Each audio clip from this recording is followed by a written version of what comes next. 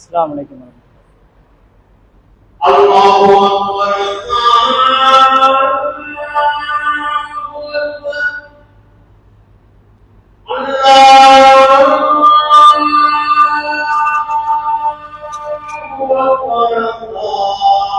أكبر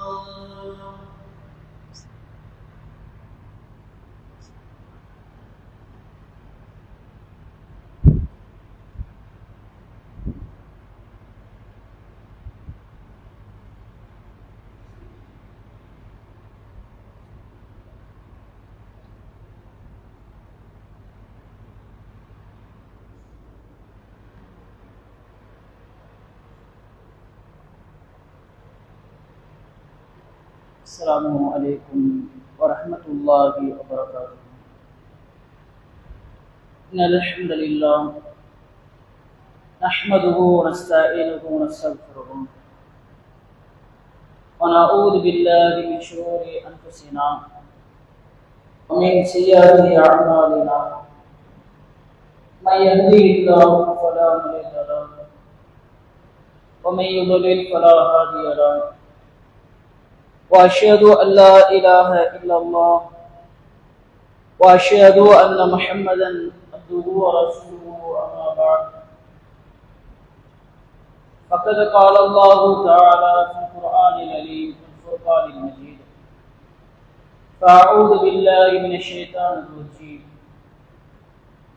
رب اشرح لي صدري ويسر لي أمري وَاحْلُلْ عُقْدَةً مِنْ لِسَانِي يَفْقَهُوا قَوْلِي رَبِّ زِدْنِي عِلْمًا.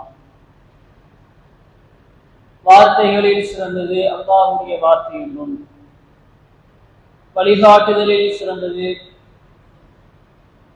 அன்னலம் பெருமானார் முஹம்மது நபி ஸல்லல்லாஹு அலைஹி வஸல்லம் அவர்களது வழிகாட்டுதல் என்றும், காரியங்களில் மிகவும் கெட்டது மார்க்கத்தின் பெயரால் புதிதாக உருவாக்கப்படுவதையாகும். மார்க்கத்தின் பெயரால் புதிதாக உருவாக்கப்படக்கூடிய ஒவ்வொரு விஷயமும் பிதஅத்தாகும். ஒவ்வொரு பிதஅத்தும் வழிகேடாகும். ஒவ்வொரு வழிகேடும் நம்மை நரகத்தின் பால் கொண்டு போய் சேர்த்துவிடும் என்கின்ற நபிமொழியை கூறி எச்சரிக்கை செய்தவனாக எனது உரையை ஆரம்பம் செய்கின்றேன்.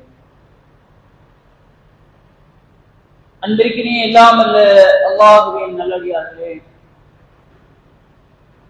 அன்னலாரின் ஆட்சி முறை என்கிற தலைப்பின் கீழ் இந்த பயானை நாம் பார்த்தோம்.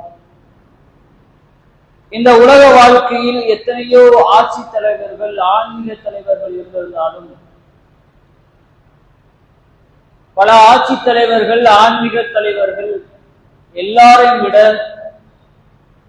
நபிகள் நாயகம் ஸல்லல்லாஹு அலைஹி வஸல்லம் அந்த ஆன்மீக தலைமைத்துவமும் ஆட்சி தலைமைத்துவமும் தனித்து விளங்குவதை நாம் பார்க்க முடியும். சிலர்கள் ஆன்மீகத்தை மட்டுமே போதிப்பார்கள், சிலர்கள் ஆட்சியில் மட்டும் கை தேர்ந்தவர்களாக இருப்பார்கள்.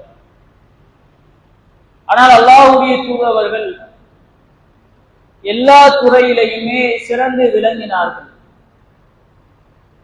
அல்லாஹ்வுடைய தூதவர்கள் கிடைத்திருக்கக்கூடிய மாபெரும் அருள் பொக்கிஷம் என்று அல்லாஹ் தனது திருமறை குர்ஆனில் என்ன செய்கின்றான்? நபிகள் நாயகம் ஸல்லல்லாஹு அலைஹி வஸல்லம் அவர்களை பற்றி சொல்கின்றான்.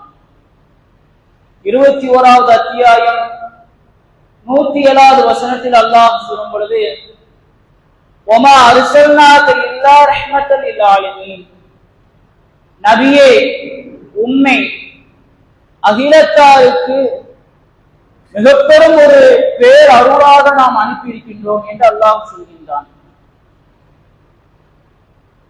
அல்லாஹ்வுடைய தூதர்கள் இந்த உலக மக்கள் அனைவருக்கும், முஸ்லிம்கள், இந்துக்கள், கிறிஸ்தவர்கள் என்று மதம் பாராமல், நிறம் பாராமல் எல்லா மொழியினர்களுக்கும், எல்லா மதத்தினர்களுக்கும், இந்த உலக மக்கள் அனைவருக்குமே அல்லாஹ்வுடைய தூதர்கள் சிறந்த ஒரு தலைவராக அல்லாஹ்வுடைய தூதர்கள் இருக்கின்றார்கள்.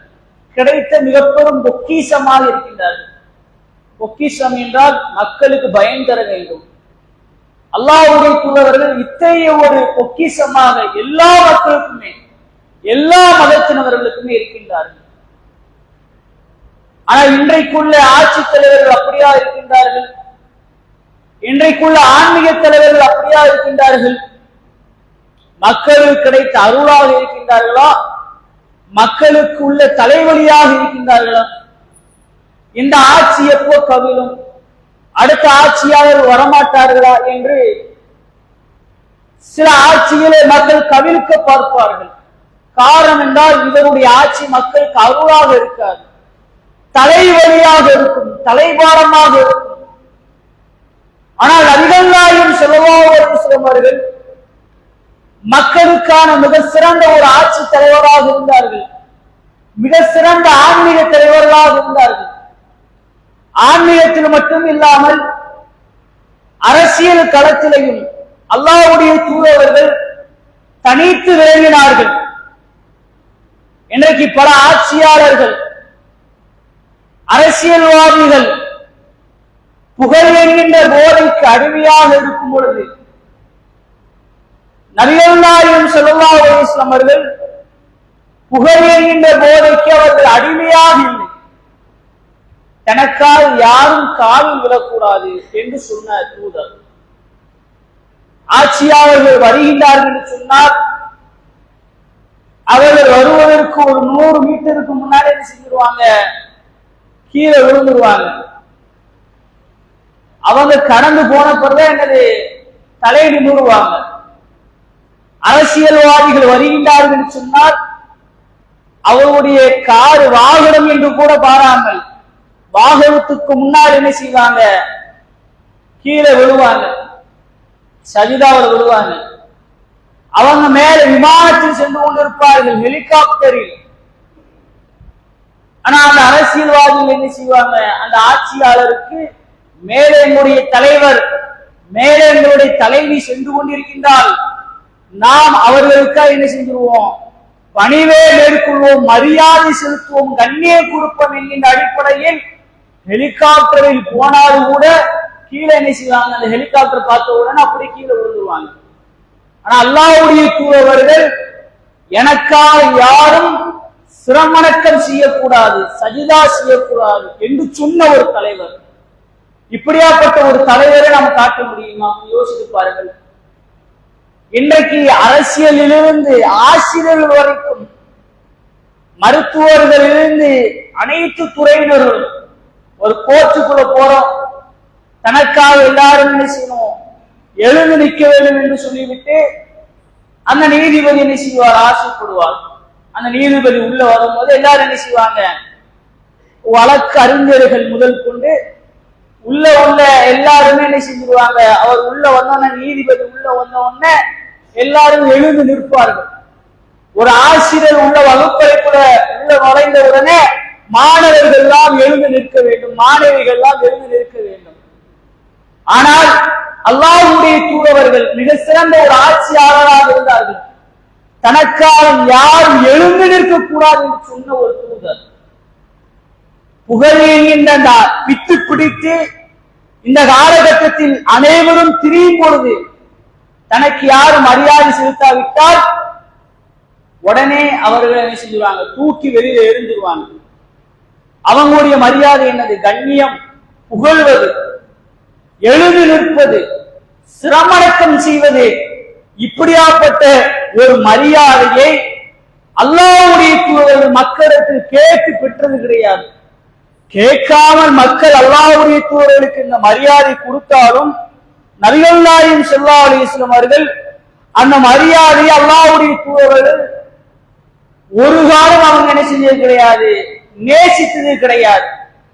மாறாக எனக்கு யாரும் என்ன செய்யக்கூடாது, எழுந்து நிற்கக்கூடாது, யாரும் எனக்காக சிரமணக்கம் செய்யக்கூடாது என்று அல்லாஹ்வுடைய தூதர்கள் சொன்ன மிக சிறந்த ஒரு ஆட்சி தலைவர்.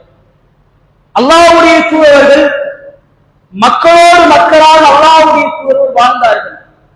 இன்றைக்குள்ள ஆட்சியாளர்கள், தலைமைத்துவத்தில் உள்ளவர்கள் இத்தகைய பண்பை நீங்கள் பார்க்க முடியாது. மக்களோடு மக்களாக பயணிக்க மாட்டார்கள். தன்னை ஏதோ மிகப்பெரிய ஒரு அரசர் போன்று, தன்னை மிகப்பெரிய ஒரு கௌரவத்தில் இருப்பது போன்று காட்டிக் கொள்வார்கள். சகஜமாக மக்களோடு என்ன செய்ய மாட்டார்கள், பயணிக்க மாட்டார்கள். ஏன்? அவருடைய கட்சி அமைப்புல உறுப்பினர்கள் கூட சகஜமாக பயணிக்க மாட்டார்கள். ஏன்? அதே காட்டிலும் அவருடைய கட்சியில் மிகப்பெரும் பொறுப்பு வகித்திருக்கக்கூடியவர்கள் கூட அந்த ஆட்சி தலைவர்கள் சகஜமாக பழக மாட்டார்கள். ஆனால் நபிகள் நாயகம் ஸல்லல்லாஹு அலைஹி வஸல்லம் அவர்கள் மிகப்பெரிய ஒரு மன்னர், மிகப்பெரிய ஆன்மீக தலைவர், அல்லாஹ்வுடைய ரசூல் நபி ஸல்லல்லாஹு அலைஹி வஸல்லம் அவர்கள் சிறுவர்கள் என்று பாராமல் அல்லாஹ்வுடைய தூதர்கள் சகஜமாக பழகுவார்கள். அனஸ் இப்னு மாலிக் அவருடைய செய்தியை பாருங்கள். நபிகள் நாயகம் ஸல்லல்லாஹு அலைஹி வஸல்லம் அவர்கள் யுகாலிதுனா ஹத்தா யகூலு லி அஹிலி ஸகீரி, நபி ஸல்லல்லாஹு அலைஹி வஸல்லம் உடன் எங்களுடன் சகஜமாக கலந்து பழகுவார்கள். என்ன அளவிற்கு என்று சொன்னால், எனக்குரிய ஒரு சிறிய சகோதரன் இருக்கின்றான். அந்த சகோதரத்தில் நபிகள் நாயகம் ஸல்லல்லாஹு அலைஹி வஸல்லம் அவர்கள் கேட்பார்கள், யா அபா உமைர் மா ஃபஅல நகீர் நகைர், அபு உமேரே, பாடுமுனது சின்ன சிட்டுக்குருவியுடைய நிலை என்ன ஆயிற்று என்று அல்லாஹ்வுடைய தூதர் கேட்பார்கள். ஒரு சிறுவர்கள் முதல் கொண்டு நபிகள் நாயகம் ஸல்லல்லாஹு அலைஹி வஸல்லம் அவர்கள் சகஜமாக சின்ன குழந்தைகளிடத்துல இன்றைக்கு தகப்பனாரே என்ன செய்ய மாட்டோம், நம்ம பெற்ற குழந்தைகளிடத்துல நம்ம என்ன செய்ய மாட்டோம், பழக மாட்டோம். இந்த அளவுக்கு வேலை உண்டு, தொழில் உண்டு என்று போகக்கூடிய காலகட்டத்தில் பெற்ற பிள்ளைகளிடத்தில் சகஜமாக பழகாத தாய் தந்தையர்கள் இருக்கக்கூடிய இந்த காலகட்டத்தில் யாரோ ஒருவர்கள் பெற்றெடுத்த பிள்ளைகள் நபிகள் நாயகம் ஸல்லல்லாஹு அலைஹி வஸல்லம் அவர்கள் சிறு பிள்ளைகள் என்று பாராமல் சகஜமாக பழகுகின்றார்கள். அவங்களோடு சின்ன குழந்தையை போன்று அல்லாஹ்வுடைய தூதர்கள் ஒரு ஆட்சி தலைவர் பழகுவதை இன்றைய காலகட்டத்தில் நீங்கள் பார்க்க முடியுமா? யோசித்து பாருங்கள். யாராவது ஒரு தலைவரை நீங்கள் காட்ட முடியுமா? நபிகள் நாயகம் ஸல்லல்லாஹு அலைஹி வஸல்லம் அவர்கள் அவ்வளவு சீரும் சிறப்புமாக அல்லாஹ்வுடைய தூதர்கள் பழகினார்கள். இன்றைக்குள்ள ஆட்சி தலைவர்கள் சிறு குழந்தைகளிடத்தில் பழகினால் அதை என்ன செய்வாங்க, ஒரு அரசியல் ஆதாயமாக என்ன செய்வாங்க, எடுத்து காண்பிப்பார்கள். அதை என்ன செய்வாங்க, வீடியோவாக போஸ்ட் பண்ணுவாங்க. ஏனென்றால் எங்களுடைய தலைவர் எப்படி சிறந்து விளங்குகிறார்கள் பார்த்தீங்களா?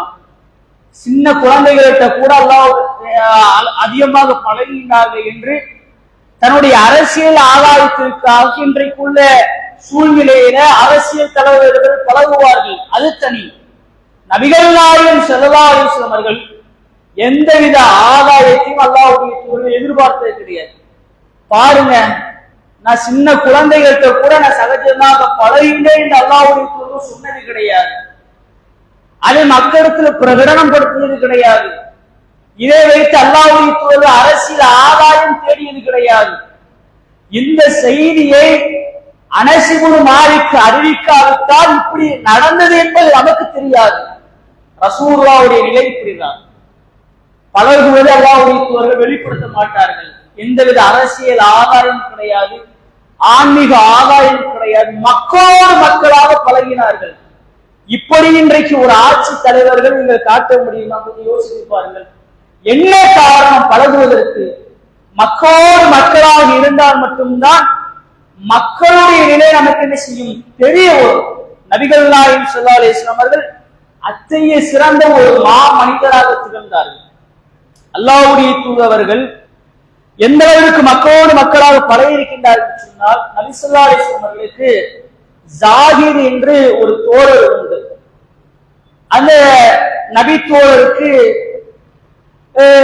அகுலுல் பாதியா, அதாவது கிராமவாசியை சார்ந்த ஒரு மனிதராக இருக்கின்றார்.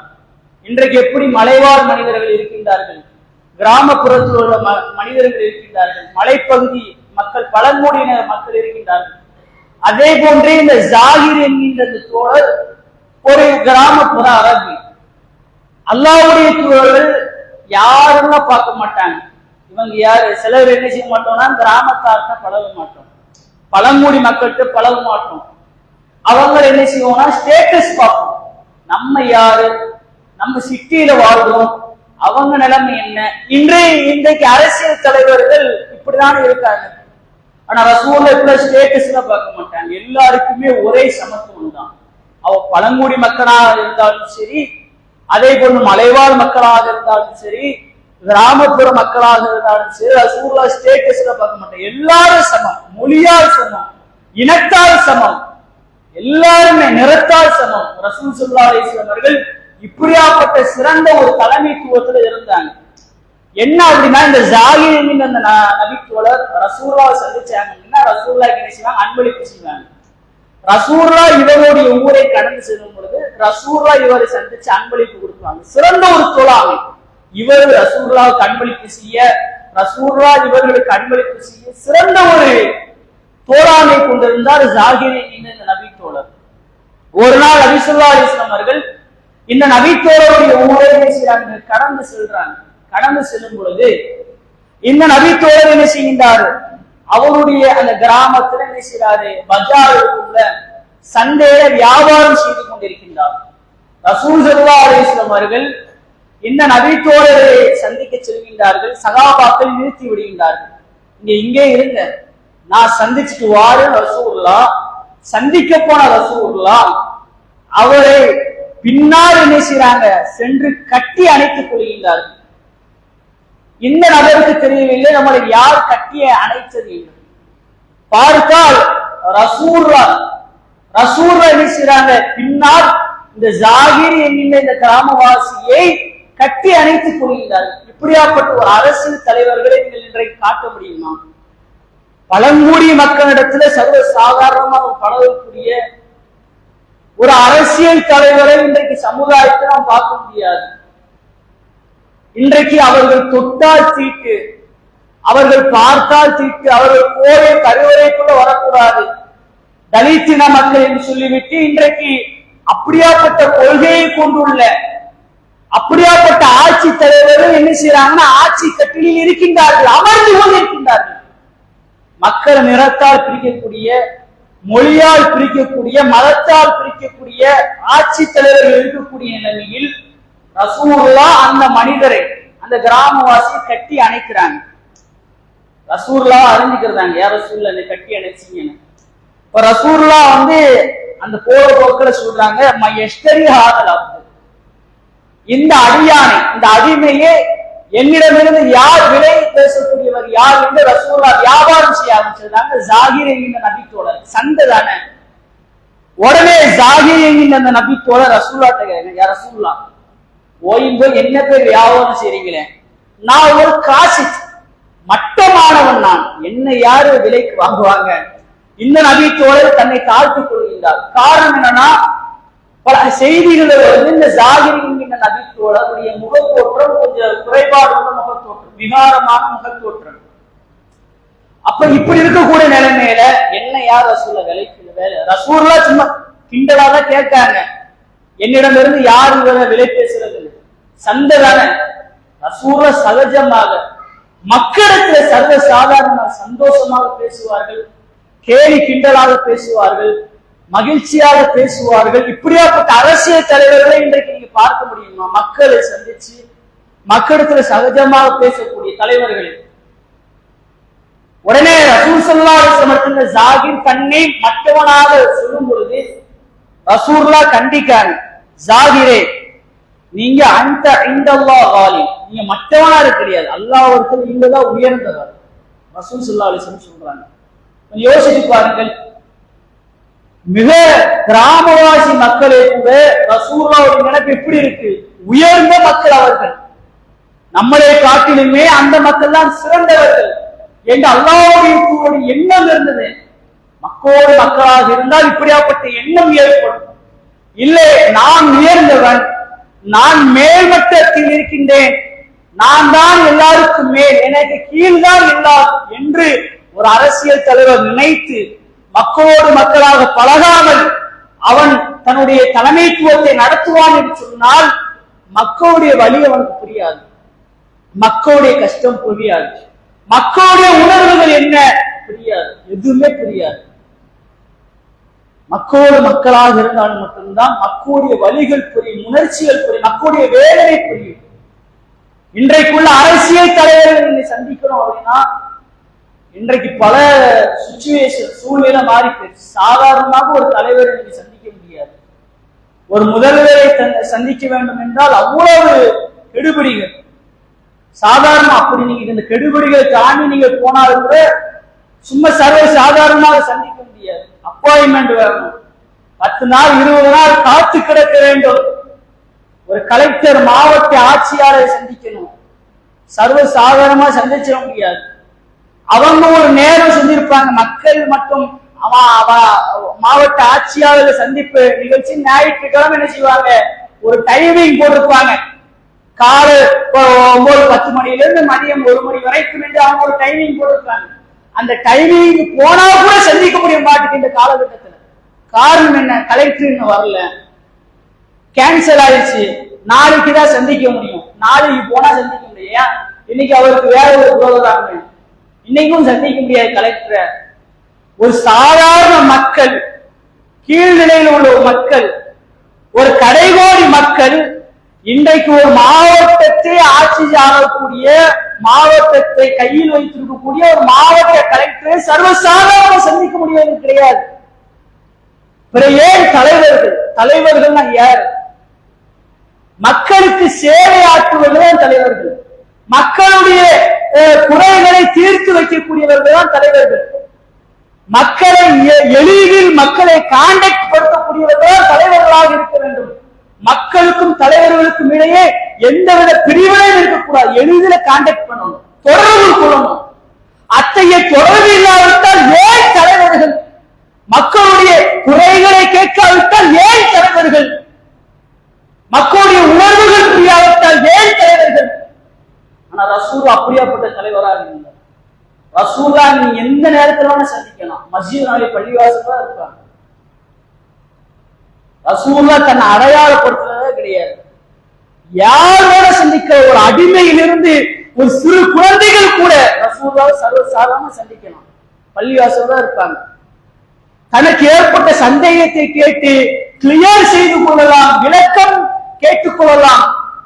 ரசூலுல்லாஹ்ட்ட கேட்டா ரசூலுல்லா வாரி வழங்குவாங்க. ஒரு மனிதர் வந்து ரசூலுல்லாஹ்ட்ட கேட்கிறாங்க, ரசூலுல்லாஹ் எனக்கு ஏதாவது தாங்கணும்.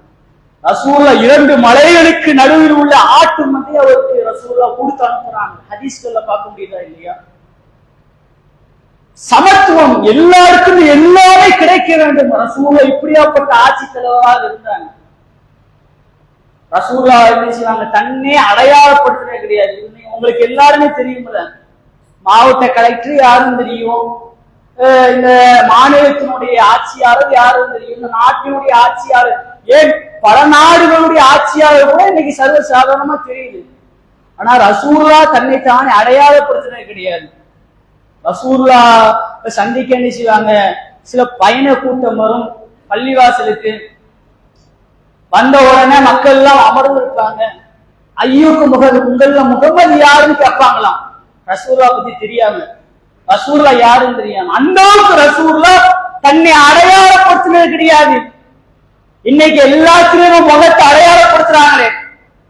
ஒரு டிவி, மக்களுக்கு ஒரு டிவி கொடுத்தாலுமே அந்த ஆட்சியாளருடைய முகம், மக்களுக்கு ஒரு மிக்சி கொடுத்தாலுமே அந்த ஆட்சியாளருடைய முகம், மக்களுக்கு ஒரு லேப்டாப் ஒரு கம்ப்யூட்டர் கொடுத்தாலும் அந்த ஆட்சியாளருடைய முகம் அடையாளப்படுத்துகின்றார்கள். ஆனா ரசூலுல்லா அடையாளப்படுத்தவே கிடையாது. ஒரு சேவை செய்தும் கூட தன்னுடைய பெயரை ரசூலுல்லா முத்திரை குத்துறது கிடையாது. மிக சிறந்த ஆட்சியாளர். யோசிச்சு பாருங்க, எப்படியாப்பட்ட ஆட்சியாளர் சமுதாயத்தை நீங்க காட்ட முடியுமா? ரசூலுல்லாஹ்வுடைய ஆட்சி மிக சீரும் செம்மையுமாக அமைந்தது. இன்றைக்குள்ள ஆட்சியாளருக்கெல்லாம் பல பாதுகாப்பு இருக்கும், எஸ்கார்டுகள் இருப்பார்கள், ஒய் பிரிவுல பாதுகாப்பு இருக்கும், இசட் பிரிவுல பாதுகாப்பு இருக்கும், எல்லா பிரிவுகளின் கீழ் பாதுகாப்புகள் இருக்கும். காரணம் என்று சொன்னால் அவர்களை வெறுக்கக்கூடிய மக்கள் இருப்பார்கள், அவர்களை தாக்கி விடுவார்கள். ஆனா ரசூலுல்லாஹ்வுக்கு எத்தனை ஒரு பாதுகாப்பும் கிடையாது. ரசூலுல்லாஹ்வுடைய வீட்டுக்கு போவாங்களா? ரசூலுல்லாஹ்வுடைய வீட்டு வாசல் எந்த காவலாளரும் பெற்றுக்கொள்ள மாட்டார்கள். ரசூலுல்லாஹ் மீது அவ்வளவு நம்பிக்கை வைத்திருந்தார்கள் அந்த மக்கள். ரசூலுல்லாஹ்வுடைய ஆட்சியை கவுக்கவும் எதிர்பார்த்தது கிடையாது. ரசூலுல்லாஹ்வை உயிரும் மேலாக நேசித்தார்கள். காரணம் என்ன? அல்லாஹ்வுடைய தூதர் சிறந்த ஒரு ஆட்சி தலைவராக இருந்தார்கள்.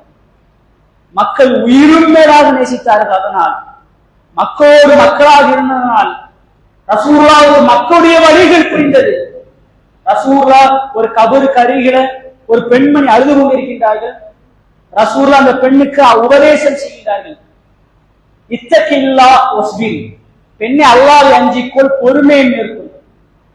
அப்ப அந்த பெண்மணிக்கு தெரியல வந்து ரசூலுல்லாஹ் அடையாளப்படுத்தினது கிடையாதுல. அந்த பெண்மணிக்கு தெரியல நமக்கு அறிவுரை சொல்ற ரசூலுல்லாஹ். அந்த பெண்மணி என்ன செய்யறாங்க? திட்டி விடுகின்றார். உங்க வேலையை பார்த்துட்டு நீங்க போங்க, என்னுடைய முசீபத்து சோதனை உங்களுக்கு வந்துருந்துச்சுன்னா உங்களுக்கு தெரியும். அந்த பெண்மணி ரசூலுல்லாஹ் ஏசி விடுகின்றார்கள்.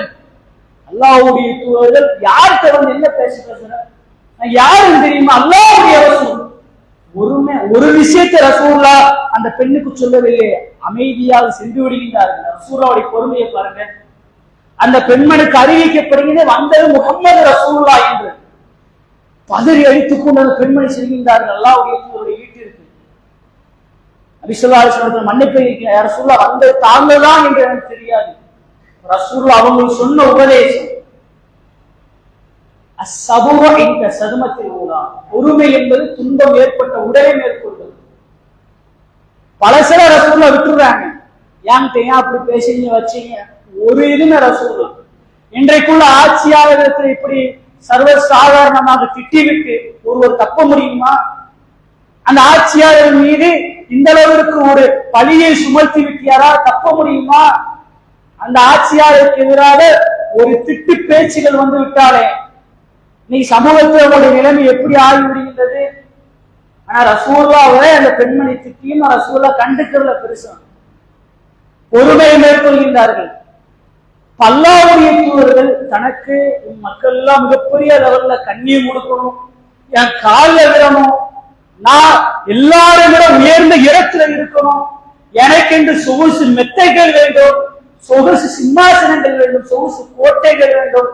இன்னைக்குள்ள ஆட்சியாளர்கள் உடுத்தக்கூடிய வண்ணவன் உடைய ரசூலுல்லாஹ் உடுத்தினே கிடையாது, வண்ணவன் ஆடைகளை உடுத்தினே கிடையாது. ரசூலுல்லாஹ்வுடைய விரிப்பு சாதாரண விரிப்பு, வெறும் பேரித்தம்பழ நாறுகால் பின்னப்பட்ட ஒரு விரிப்பு. படுத்து எழுந்தால் அந்த நாடுடைய வடுக்கெல்லாம் அப்படியே ரசூலுல்லாஹ்வுடைய முதுகில் படிந்திருக்கும். ரசூலுல்லாஹ் மக்களுடைய சொத்துக்கு ஆசைப்பட்டது கிடையாது, ரசூலுல்லாஹ் மக்களுடைய வரிப்படத்துக்கு ஆசைப்பட்டது கிடையாது, ஜக்காத்தை வாங்கிய ரசூலுல்லாஹ் புசித்தது கிடையாது. மாறாக தனக்கும் தன்னுடைய குடும்பத்துக்கும் ஜக்காத்தை செய்கிறார்கள், ஹராமாக்கிக் கொள்கின்றார்கள். யோசிச்சு பாருங்க, இப்படியாப்பட்ட ஒரு ஆட்சி தலைவர் காட்ட முடியுமா? இன்னைக்கு மக்களுடைய வரிப்படத்தை வாங்கி அதிலே முறைகேடு செய்து அதன் மூலமாக வயிறு வளர்க்கக்கூடிய ஆட்சியாக இருக்கக்கூடிய காலகட்டத்தில் அல்லாஹ்வுடைய தூதருடைய அரசியல் இன்றைக்குள்ள அரசியல்வாதிகளுடைய கால் தூசுக்கு கூட சமமாகாது. அப்படியாப்பட்ட மிக சிறந்த ஒரு அரசியலை ரசூலுல்லாஹ் செய்தார்கள். மிக சிறந்த ஒரு ஆட்சி தலைவராக இருந்தார்கள். குர்ஆன் தான். குர்ஆனுடைய அடிப்படை ரசூலுல்லாஹ்வுடைய குணம் இருந்தது. குலுக்குல் குர்ஆன், ரசூலுல்லாஹ்வுடைய குணம் குர்ஆனாகவே இருந்தது என்று ஆயிஷா ரலியல்லாஹு அன்ஹா சொல்றாங்க. நம்ம ஒரு இப்படியாப்பட்ட அரசியல் பண்ணுவதற்கு பெரிய ஒரு விஷயமா கிடையாது. குர்ஆன் மட்டும்தான். குர்ஆனுடைய அடிப்படையில் யார் வேணாலுமே இந்த அரசியலை என்ன செய்யலாம், எடுத்து கொண்டு போகலாம். அதனால்தான் அல்லாஹ் முஸ்லிம்களுக்கு மட்டும் ரசூலுல்லாஹ்வுடைய ஒரு அருள் என்று சொல்லாமல், பொக்கிஷம் என்று சொல்லாமல், உலக மக்கள் அனைவருக்குமே மிக சிறந்த ஒரு பொக்கிஷம் இந்த முகம்மது என்று அல்லாஹ் சொல்கின்றான். அதனால் ரசூலுல்லாஹ்வுடைய இந்த ஆட்சி தலைமைத்துவம், அதுல நமக்கு பெற வேண்டிய படிப்பினைகளை உணர்ந்து அதன் கீழ் இந்த உலக மக்கள் தன்னுடைய ஆட்சி அமைத்தார்கள் என்று சொன்னால் அது மிகவும் சிறந்த சீரும் செம்மையுமான ஒரு ஆட்சியாக அமையும். அதன் கீழ் குடிமக்கள் அனைவரும் மிக சுதந்திரமாக, எந்தவித திருட்டும் இல்லாமல், எந்தவித பயமும் இல்லாமல், எந்தவித அச்சமும் இல்லாமல், எந்தவித கற்பழிப்பு இல்லாமல், எந்தவித கொடுமைகளும் இல்லாமல், அநீதி இல்லாமல், அக்கிரமம் இல்லாமல் மிக சிறந்த முறையில ஆட்சி என்பது அமையும் என்பதில் எந்தவித சந்தேகமும் இல்லை என்று கூறியவனாக என்று உரையை முடிச்சுகிறேன். வாஹுதாவான அல்ஹம்துலில்லாஹி ரப்பில் ஆலமீன். அஸ்ஸலாமு அலைக்கும் வரஹ்மத்துல்லாஹி வபரகாத்துஹு.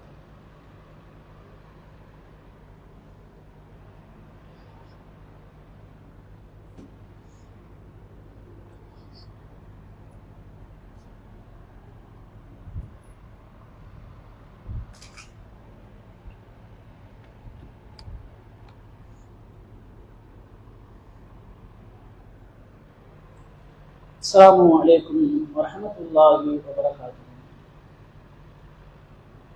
அன்பிற்கினிய எல்லாம் அல்ல அல்லாஹ்வின் நல்லடியார்களே, இன்றைக்கு உலக பாடசாலைகள், உலக ஆதாயத்திற்காக உள்ள பாடசாலைகள் நிரம்பி வழிவதை நாம் என்ன செய்ய முடிகின்றது, பார்க்க முடிகின்றது. ஆனால் மறுமைக்கான அந்த பாடசாலைகள் இன்றைக்கு காலியாக உள்ளதே நம்ம என்ன செய்ய முடிகின்றது, பார்க்க முடிகின்றது. எல்லா பள்ளிவாசல்களிலும், அவன் குறிப்பாக நம்முடைய பள்ளிவாசலை பொறுத்த வரைக்கும் நிர்வாகத்திலிருந்து இவ்வளவு பெரிய ஒரு ஊர், ஆனால் இவ்வளவு முஸ்லிம்கள் வகிக்கக்கூடிய இந்த ஊரில் பள்ளிவாசலில் வெறும் 10 பேர் 5 பேர் மதரசா மாணவர்கள் வருகின்றார்கள்.